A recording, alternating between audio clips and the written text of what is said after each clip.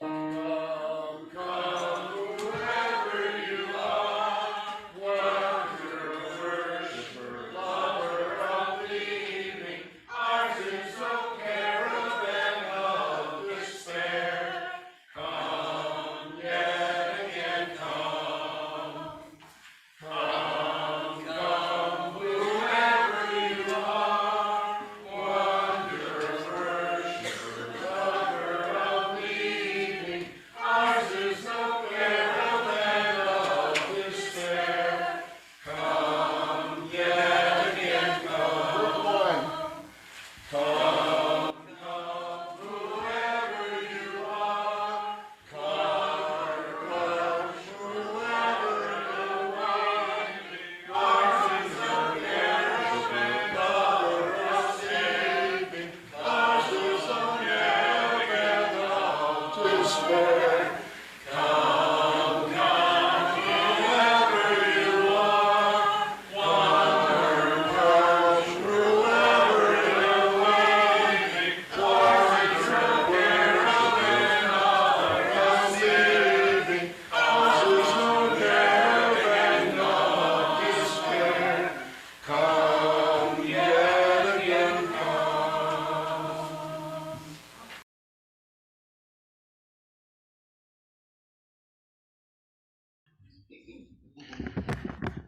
Good morning, everybody. Hello, hello. I'm Carl Rust. I'm a member of the Board of Trustees of this congregation. We welcome everyone. Unitarian Universalist Fellowship of Elkhart is a welcoming community, encouraging religious freedom, nurturing individual spiritual and ethical growth, celebrating diversity, and promoting a just and sustainable world. And that, folks, is our current mission statement. One thing that we're going to talk a lot about this morning. If you'd like to learn more about this fellowship, please look at our website at uufe.org and join us after the service for our coffee hour right over in the gathering area. For the listening enjoyment of all, we ask you at this time to please turn off cell phones and pagers. Also, if you need hearing support, please ask for help at the sound desk. Oh boy, I made this little. I should have blown it way up.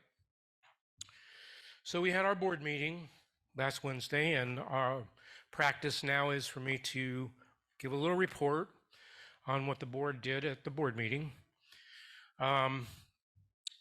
We conducted a lot of business this time, so hopefully I won't have to take too long.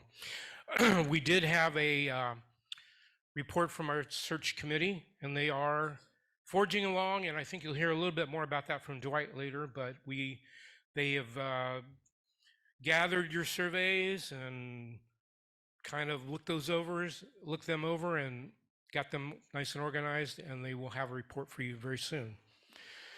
Bylaws. So the board has approved some changes to the bylaws, but that's not the end. Next step is we have to have a special congregational meeting for the membership to approve the changes. The board doesn't have the authority to make the changes. We just suggest them. And we're going to have that on January 15th after potluck. Copies of the bylaws showing changes in green will be available soon. I don't know if we've got them yet or not. No, okay. But they'll be available soon, so you'll be able to look at that before the January 15th meeting. And we're going to have them copies with people's names on them, and then whoever doesn't pick them up will mail them. So make sure you pick yours up, save us the cost of a stamp, or 2 stamps, or 3, or whatever. A lot of changes were a result of the consultant's report received from Kathy Burrick in September 2021. Some of the major changes are reducing the number of members on the board of trustees from 8 to 7. Permitting annual meetings to take place on Zoom or other electronic platforms in extreme circumstances. We all know what that's like, right? And removing the stewardship committee from the bylaws, making it an appointed committee. There are others, so take time when you get access to your copy, take the time to look through that. Today we're doing a presentation because a while back the board had a retreat and we want to report to you on what we did and what we talked about and some of the things we're thinking about going forward. So you'll hear more about that in a little bit.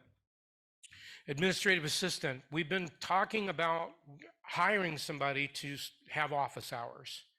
And we're just keep going back and forth on this idea. We like the idea, but we're not sure we want to pay for it right now. So it's kind of like, so we'd like to hear from you.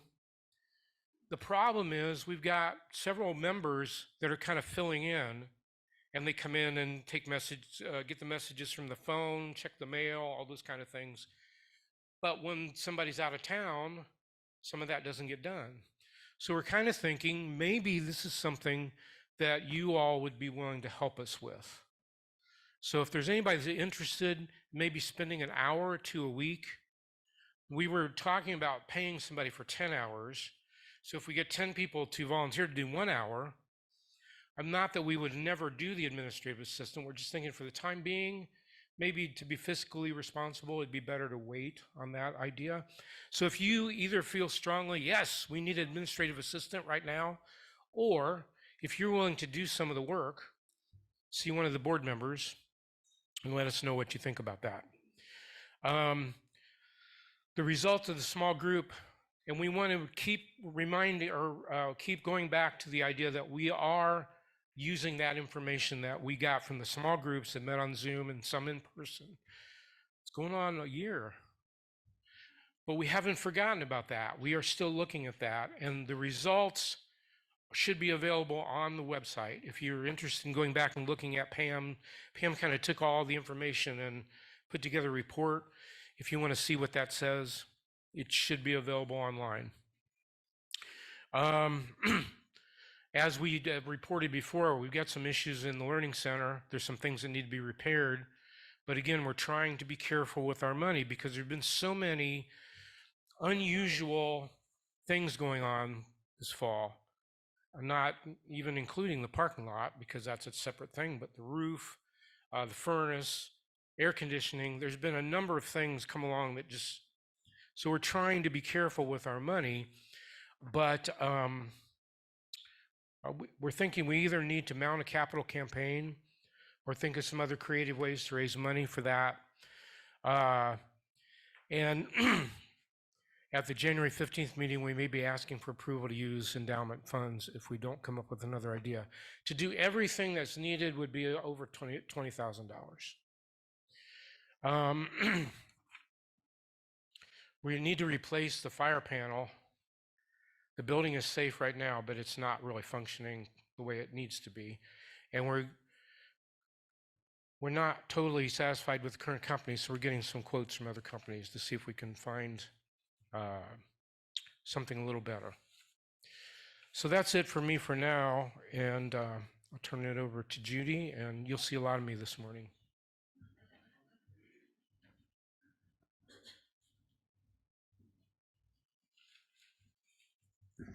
Good morning. Okay. To make our community life briefer, recurrent events such as meditation, yoga, and Wednesday features will no longer be announced from the pulpit. You can find information, of course, in the weekly update, in the focus, Facebook peeps, and on the website. So I will continue to announce special activities as well as news from you, our members, and our friends who would like to share news about new family members, departed loved ones, new jobs, and other news that can strengthen the bonds of our community.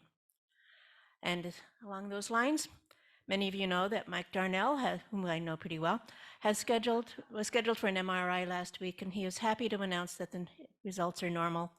And he says he doesn't hear me all the time because he chooses not to.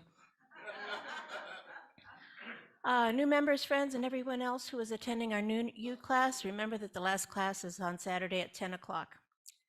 And the Society of Radical Readers will meet at 7 o'clock on December 2nd to discuss Clint Smith's book, How the Word is Passed. I got the wrong book last week, and I apologize for that, but this one sounds very interesting, and I'm still waiting for my copy to come. Don't forget to check the bulletin board for information about the proposed changes to the UUA's Article 2 and how to respond to changes. That's about our 7 principles. A copy of the proposed draft is in my folder, but I will put it on the bulletin board on my way back to the office. But that'll be available for photocopying if you want to do more than just scan through it. The last day to respond to these proposals, or the last 2 days, are today at 2 o'clock and tomorrow at 9 in the morning. So check the bulletin board to find out how to participate, because I did post a list there of when the meeting times are, so the online things. Dedication of our parking lot. After the service on the 27th, we will have cake in the gathering place to celebrate the new parking lot. I've heard something about what it's going to look like, and I think it's going to be fun. In addition to our usual coffee hour and snacks, Ken Clayborn will say a few words to dedicate our parking lot. This will happen before meditation at 11:45, so please plan to attend and celebrate. And on December 4th, we'll have the mitten trees up in the gathering place by then, so if you want to help decorate the tree on that day, have your mittens and socks or whatever you want to put on the tree, and we'll have some special treats for you. Mike had already signed up for snacks that day, so without knowing about this, so it's going to be pretty good. And last week we had 47 adults and children in attendance, and we had a collection. I forgot to check how much because we came in a little late, but it was earmarked for the Sustainability Fund. And this week's collection will be shared with the Boys and Girls Club of Goshen. And I see that we have our Sunday school class here, so I will share. Good service.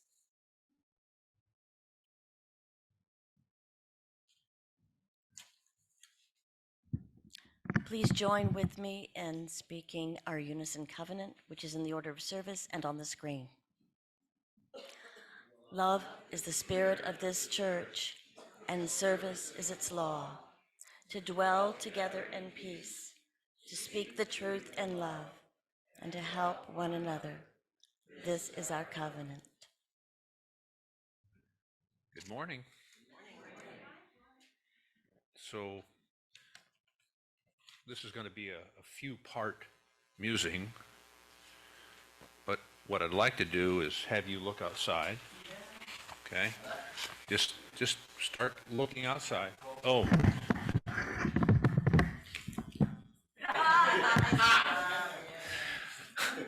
Oh, Phil. Oh, did you hear me? Good morning and all that? Good morning. So take a moment and look outside and listen.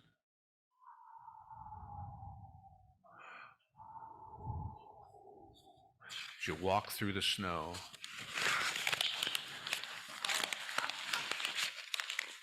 now fixate on something out there.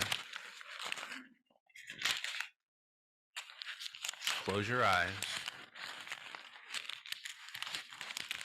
Tomorrow is a new day.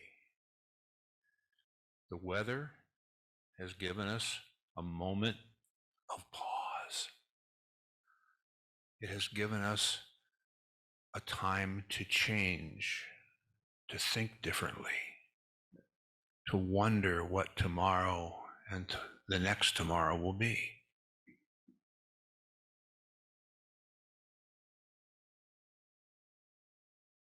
Okay, snap out of it.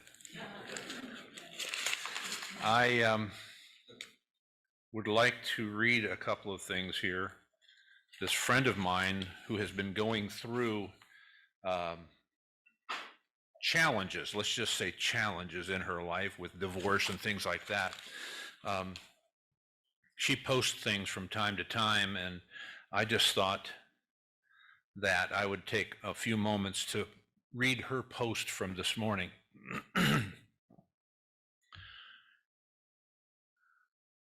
You're somewhere in this world, and I'm somewhere else in this world, and there's this feeling in my soul, and I hope it gets to you.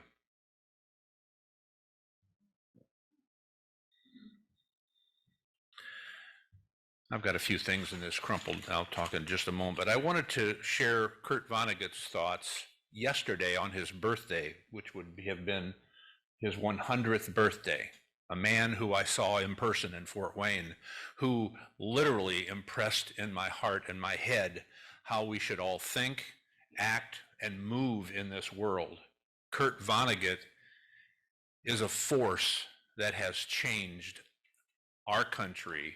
And when you go to Europe and you talk to somebody who's read Kurt Vonnegut and you talk to him over a drink in a bar, it's like, wow, this guy's powerful. Happy birthday, Kurt. He says, this is from Kurt Vonnegut, A Man Without a Country. The arts are not a way to make a living.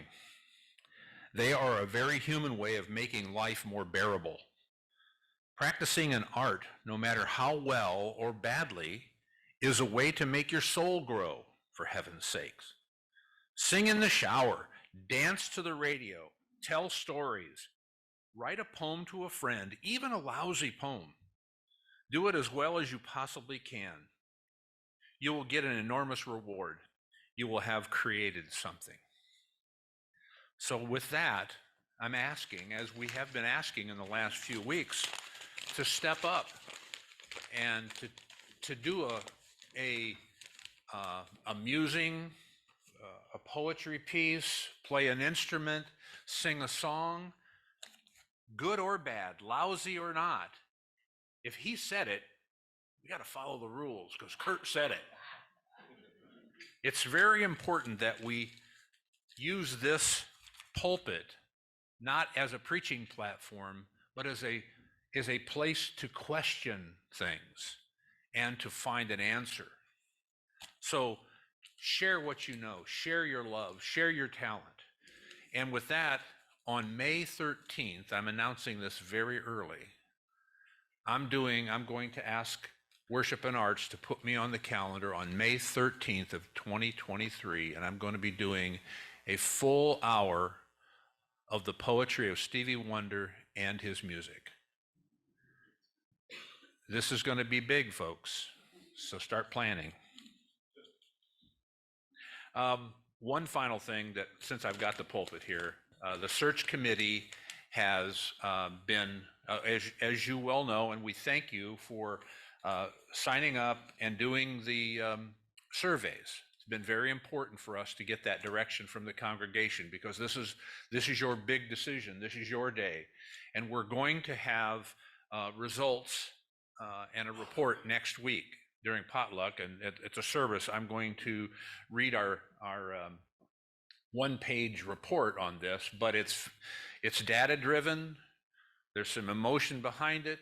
It all comes from you, but we're going to find out where we're going as a search committee and as a congregation. And we appreciate that, that you stepped up, and we're going to share your findings, both on the internet and here in person. So thank you. I've taken enough of your time.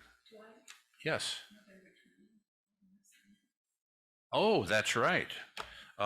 On the sign-up sheet out here, there are no sign-ups for next week for the musing, et cetera, and Janelle is going to go out there and get that and pass it around.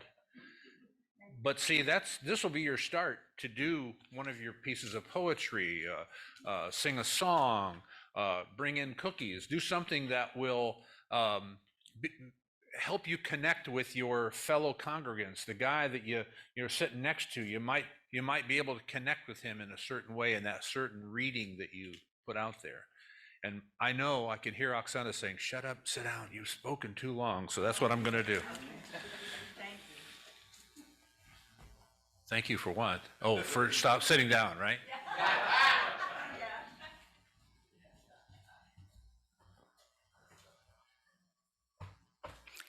But thank you, Dwight, for giving me time to make up for what I didn't do earlier.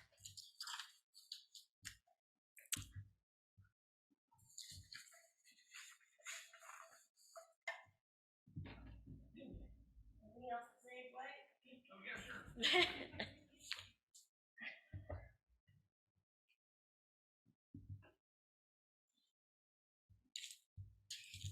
We ring the gong 3 times. Once for those who came before us and made a place for us. Once for those who are here now. And once for those who will follow and build on the dream.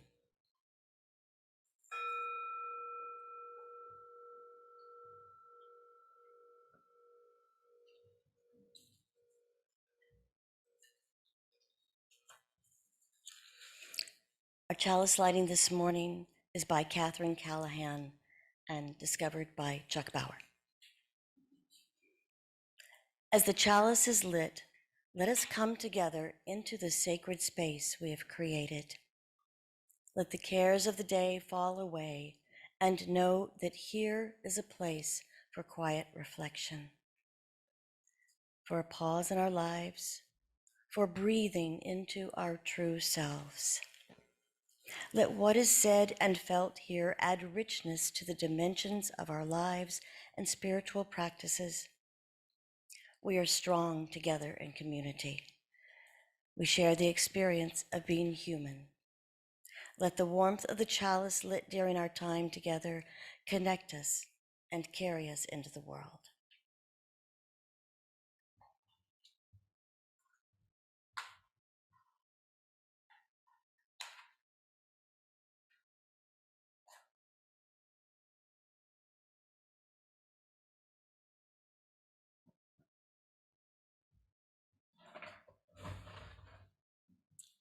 Please join together in singing as Steve leads us in number 347.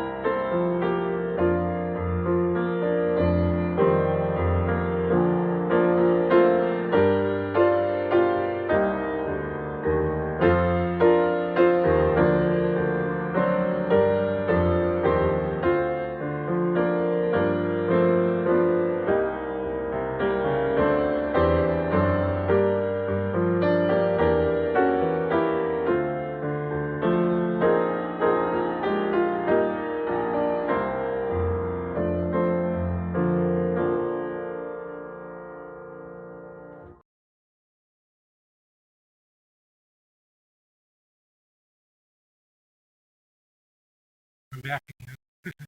So the board met in a retreat and we talked about the year's report. And there's music playing.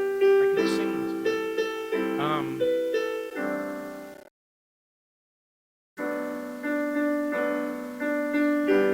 There Um, that was the opportunity to go through. We had to big chart paper and we listed topics. We went through the report, picked out things we thought were important, and that's what some of the board members felt moved to take one of those topics talking about this morning. Start.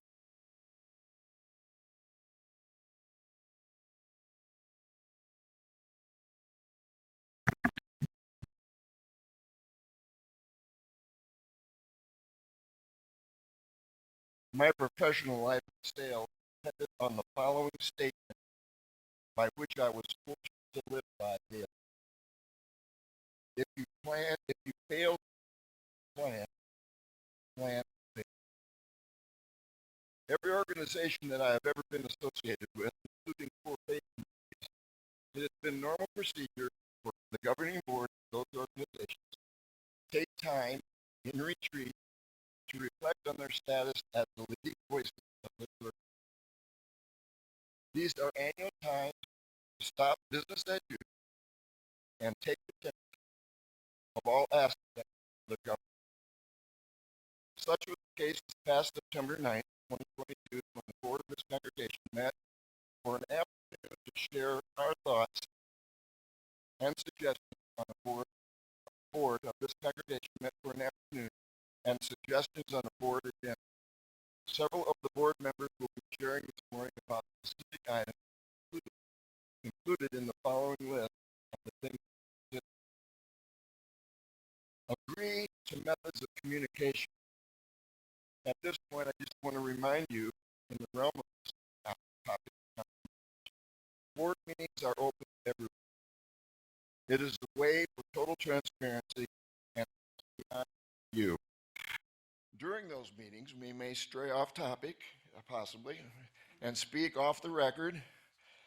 All we ask is at those times of the incidents, they would remain confidential as they occur. The minutes of each meeting have always been posted on the bulletin board monthly. Likewise, I have copies, if you would like, of Mike Darnel's several pages of minutes of the retreat itself. And he did a great job, and all the charts that we had are listed on separate sheets, so it's a very comprehensive report. If you want that, I can get it to you, okay? Back to the business item we talked about. Further study and applicable guidelines of the Burrick report produced in September of 2021 for our consideration. Someone will be speaking on this. Several pages of items from the UUA that suggested we need to follow and discuss as a congregation. Develop mission and vision statements for UUFE. Discuss conflict resolution methods and study and policy. Review all ramifications of what it means to be currently operating without a pastor. We also looked at aspects of the shared common vision as a board as we relate to you, and it was agreed that the board itself needs to be on the same page in order to lead you effectively. We had continuing discussion about the size and use and applicability of the endowment fund. The board also discussed that it would be wise for an overall congregational leadership evaluation, including the pastor, on a regularly scheduled basis, possibly annually or every other year. The assessment of leadership, no matter what form that leadership may be, is in constant need of tweaking and review to make sure we are on course and meeting agreed upon expectations. Carl has already made you aware of the bylaws. And this is several pages, and you'll see how everything's going to be color coded. You know what changes we made. Those will be coming to you. We spent several hours on that over the course of time to come up with those changes. I wish Pam was here this morning. She was one that really contributed a lot to some of that. Hopefully, we have revised the bylaws to reflect our current reality as a faith community. I want to personally thank all the board members for their commitment to their assigned tasks as board members, representing all of you. Some have spent several hours in the fulfillment of their duties to research and do extra credit, making sure we are effective leaders for you all. Thank you for that extra effort, and much of our reporting this morning will reflect some of those efforts. I want to close my remarks with a quote by Forest Church this morning, contained at the back of the Unitarian Universalist Pocket Guide. We Unitarian Universalists have inherited a magnificent theological legacy. In a sweeping answer to creeds that divide human family, Unitarianism proclaims that we spring from one source. Universalism, that we share a common destiny. Unitarian Universalists are neither a chosen people nor a people whose choices are made for them by theological authorities, ancient or otherwise. We are a people who choose. And with that, thank you for choosing to be here this morning.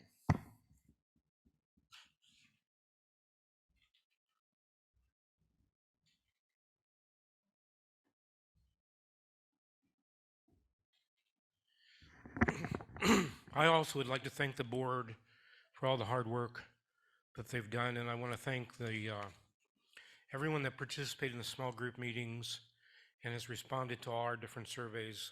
We really do appreciate it, because this is a group effort. This is not the board making decisions. This is the board hopefully reflecting what you all think. So, yeah, Pam couldn't be here today, so I'm using some of her ideas and some of my ideas, kind of putting them together. So the first thing we were going to talk about is, what is mission and vision? What does it mean anyway? So I looked for some definitions, and hopefully this will help. And then I'll tell you what we kind of talked about at the retreat. A vision statement focuses on tomorrow and what an organization wants to ultimately become. A mission statement focuses on today and what an organization does to achieve it. Both are vital. And kind of what we talked about at the retreat was, the vision is where we want to be. And I kind of facetiously put in the order of service here, what do we want to be when we grow up? And mission is how we get there. And I think our current mission statement is beautiful, and it has lots of great ideas in it, but it's a little bit too up there, a little bit too vague. So let me give you a couple examples. Well, let me tell you some of what Pam said.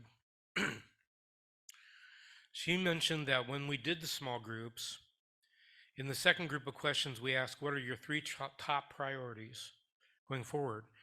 When the answers were correlated and then ranked, a new mission and vision statement was the first priority. The vision needs to be empowering and energizing. A shared vision created among and by the people who are in the congregation enables them to move from the status quo towards a new reality. Who and what we want to be in 5 to 10 years. Mission will guide us to this vision. So let me give you some examples and see if you think which one you think they are. So is this a mission statement or a vision statement? And this is from Sweet Green. I'm not familiar with them, but our blank, I won't tell you what they said because I'm asking you to guess, is to inspire healthier communities by connecting people to real food. Does that sound like mission or vision?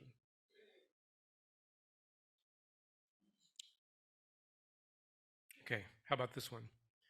This is from Ford Motor Company. To become the world's most trusted company. Yeah, because they kind of gave it away because they said to become, right? They're not all going to be that easy. Okay, how about Nike? Bring inspiration and innovation to every athlete in the world. If you have a body, you are an athlete. That almost sounds like Kurt Vonnegut too, doesn't it? If you've got a body, you're an athlete. By the way, I love Kurt Vonnegut, and I love that quote. It's one of my favorite quotes. Okay, this is from Dow.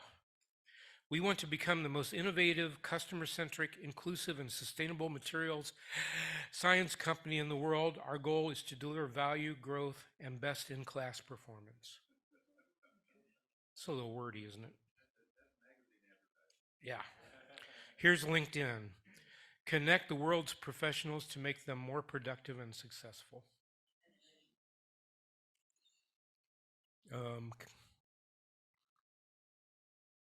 This is Etsy. Our blank is to keep commerce human. Habitat for Humanity, a world where everyone has a decent place to live. That's definitely vision.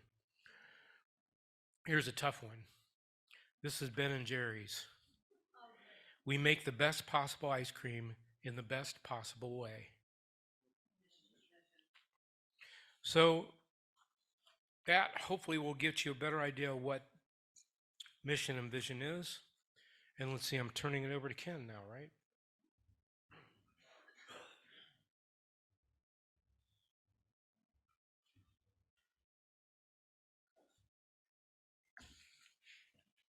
These guys have started off with some quotes from some of my favorite people.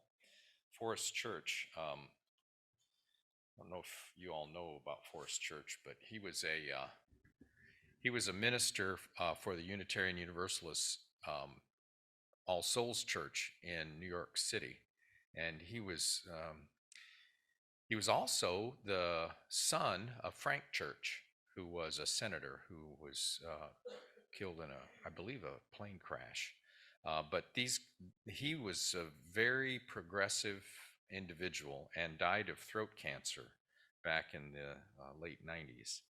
Kurt Vonnegut is another favorite of mine. Some of his books marked my childhood.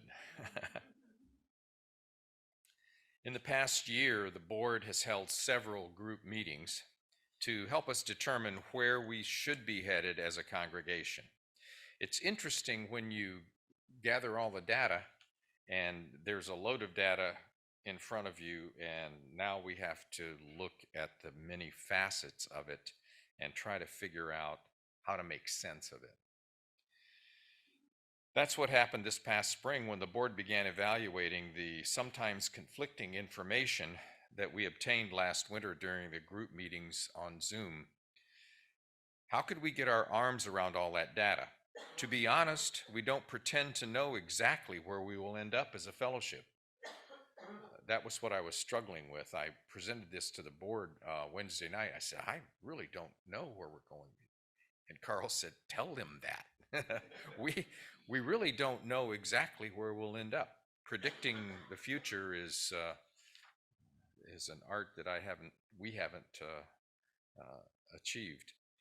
To be honest, we don't pretend to know exactly where we'll end up. The pandemic was a strain to all the congregations in the UUA, and for many of those congregations, the outcome was the same as ours. They lost their ministers. Some of the ministers just burned out. In fact, there are several. I don't know, Mike, if you have any idea in the Midwest district, but I think it's several congregations looking for ministers. Answers in the small group questionnaires were all over the map, but there were some that floated to the top. As Carl mentioned, a review and refinement of our mission and values was number one. These revisited guidelines will help us determine our future direction, and using our 7 principles and our living tradition sources among the other resources available to us from the UUA will help us to build on what we already have. Survival and growth was another one that was high on the list. That includes fiscal health as well as improved leadership. In accordance with this commitment to improve our leadership, we believe that meetings such as the one we're having right now are a step in the right direction. Interestingly, the need to hire a minister was third on the list. I think that may have been reflective of the fact that folks assumed that we knew that that was the high priority for them, and they just didn't bother mentioning it. But The search committee is sorting through the recent survey, and that information will be addressed a bit more thoroughly very soon. The fourth priority was social justice and interaction with the community.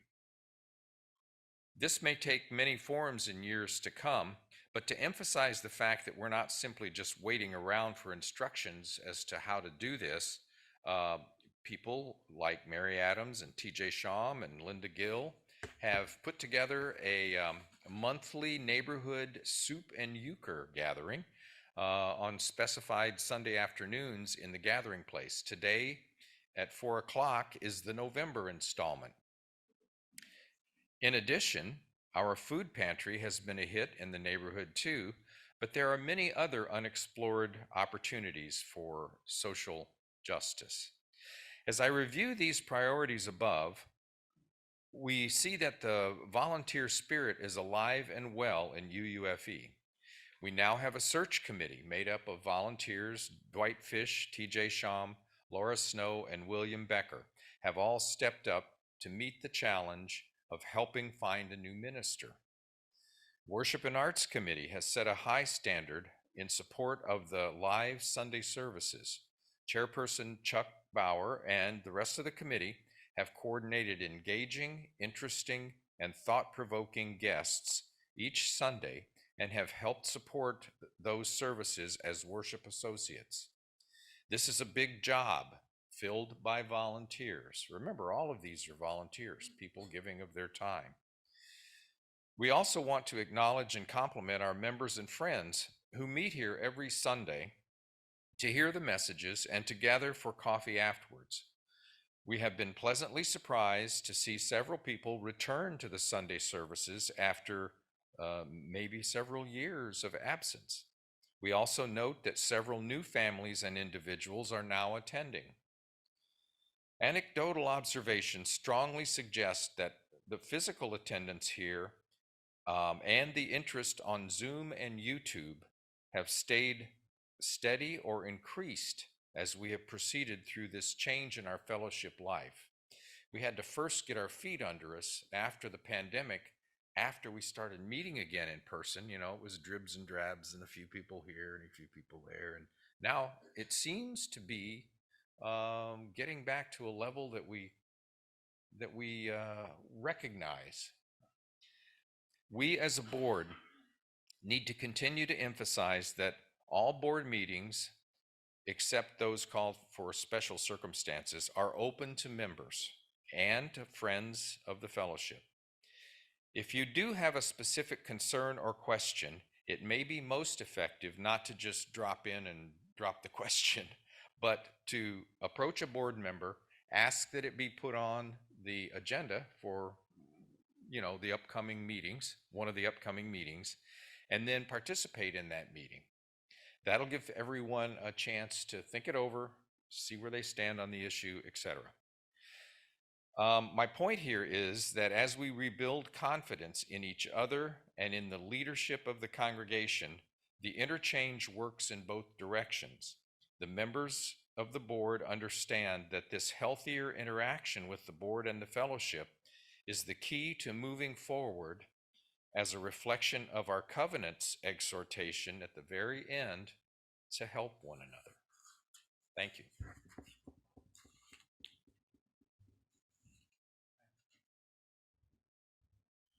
I'm back. Okay, so how do we get there? And Ken brought up some really good points. And I think everybody that's spoken so far has brought up some really great points and making me think. But the vision is where we want to be, and the mission is how we get there. So the mission is, how do we do that? And we do have to decide on what the vision is. That's the first priority. Here's some more words of wisdom from Pam. From the retreat we did with Kathy Burek from Mid-American UU in August of 2021, build a shared mission statement for UUFE is one of the most important steps the board can take. to address conflicts. She also says mission statement answers the question, why must UUFE exist in Elkhart, Indiana? As all things come down from this, our programming, our social justice work, our financial decisions, our strategic plan for the future. And again from Pam, the mission should answer the question of who is to be served, what service is for those inside the congregation, and what service is offered to those in the wider community. To be effective, the mission must be owned by the congregation's membership, committee, and staff. So I would like to invite you to dream. And I would like to invite all the membership to really dream and dream big. What is it we want to do? Why must we exist in Elkhart, Indiana? And then once we focus, and some of the things that we talked about in the retreat, sustainable progressive community, penetrate the world. So a couple times I've mentioned, do we want to be the city on the hill, or do we want to be the salt of the earth? And so depending on which direction we want to be, so we can be a club for liberals who gather and share, we all kind of have similar views on things, or we can get out there in the world and make an impact. But I don't think we can do both. I think we've got to decide which direction. Voice in the community, reach beyond ourselves, create diversity. How do we do that? If that's our vision, how do we do that? Atmosphere that encourages everyone. Hopefully we're at least part of the time there. I think we encourage, inviting all faiths and beliefs. So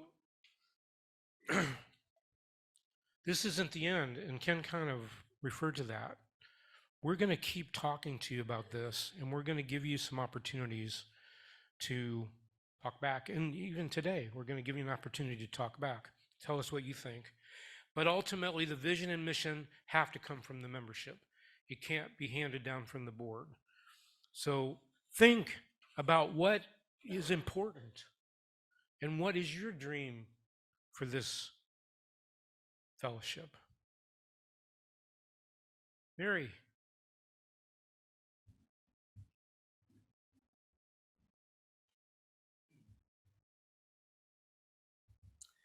Well, I get to talk about how do we deal with conflict.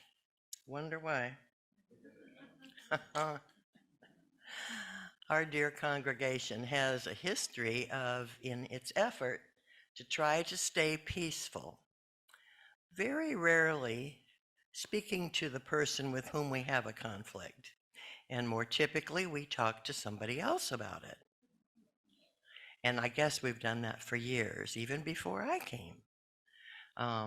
Which has caused some problems, and that has built long-term resentments and hurt feelings and ill will. So what we discussed at the board retreat was the absolute need to speak directly to the person with whom we have an issue. And it occurred to me that conceivably people don't know exactly how to bring things up in a way that's not hateful or ugly or something. And this isn't the only way that one could do it, but I'm just going to suggest, when I hear or see whatever it is, I think or interpret it blah blah way, and that makes me feel however it is. Is that what you intended? Or is that what's going on? An example might be, some of you are aware that Mary Adams was holding some community building suppers at her home. And some of you might not have been invited. Interesting to me, was that at least 3 board members were contacted about these dinners or these suppers, but nobody called me. So it could have been people thought, or whoever thought, she is undermining the search committee. I think that's a terrible miscarriage of or inappropriate behavior, and that makes me angry. Is that what you intended? Or she's having these suppers and she didn't invite me. I thought we were friends. That makes me feel bad. Is that your intention? These things I could have cleared up. Actually, just on that score, this was strictly what I thought was a great idea to bring together some progressive thinkers, congregants of UCC and congregants of UUFE. And I have a limited sized dining room. And then I ran out of steam making soup. So speak directly to the person with whom you have an issue or concern or question, if at all possible. And if that doesn't work out, and like if it turns out that it is something that just pisses you off, then we do ultimately have resources where we can go and have an ad hoc committee help to mediate the issue. Okay.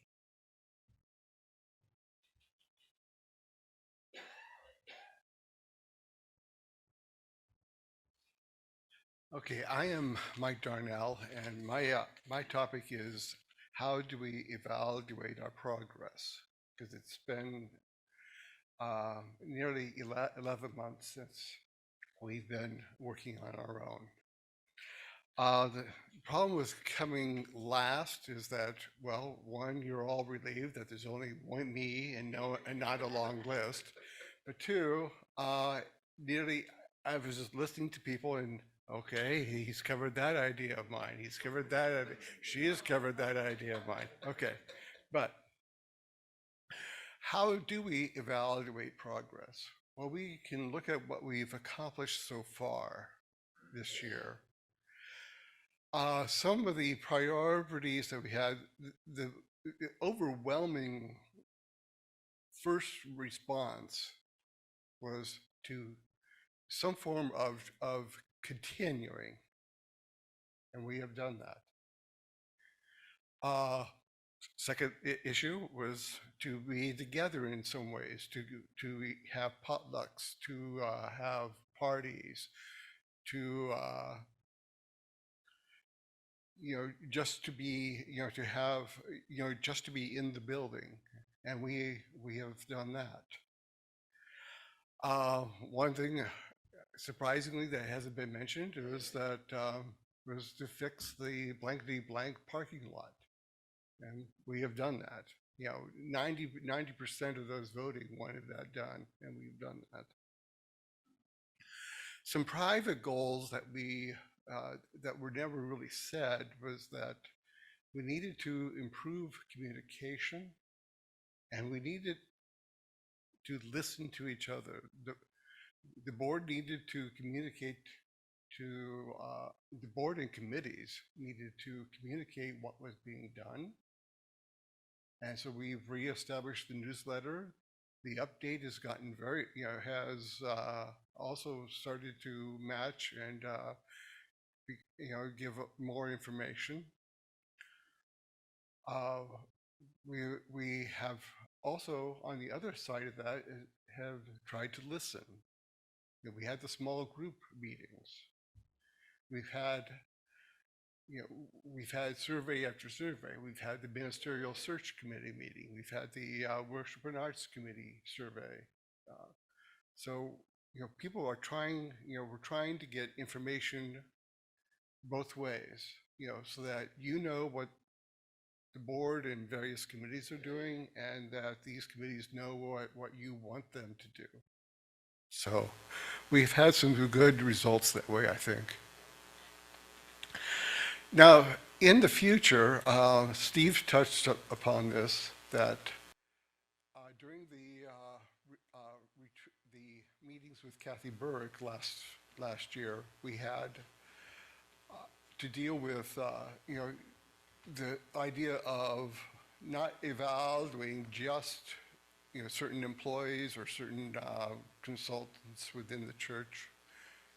I'm trying to avoid the word administer, but to do a whole church evaluation where we come out and say, do we think tech works all the time? Okay, that's your cue to make the mic squeal, but okay. Or, are we meeting the needs so far as pastoral care? So, we have been looking at what other churches have been doing for their whole church evaluations. And we're also looking at methods, forms and procedures developed by the UUA. So we want to get to the, so the idea of having the entire church evaluated, its performance as a whole, is one that, well, frankly, I was skeptical myself, but now I've come to embrace. And so I think in the future we will be trying to move toward a whole church evaluation. So, okay.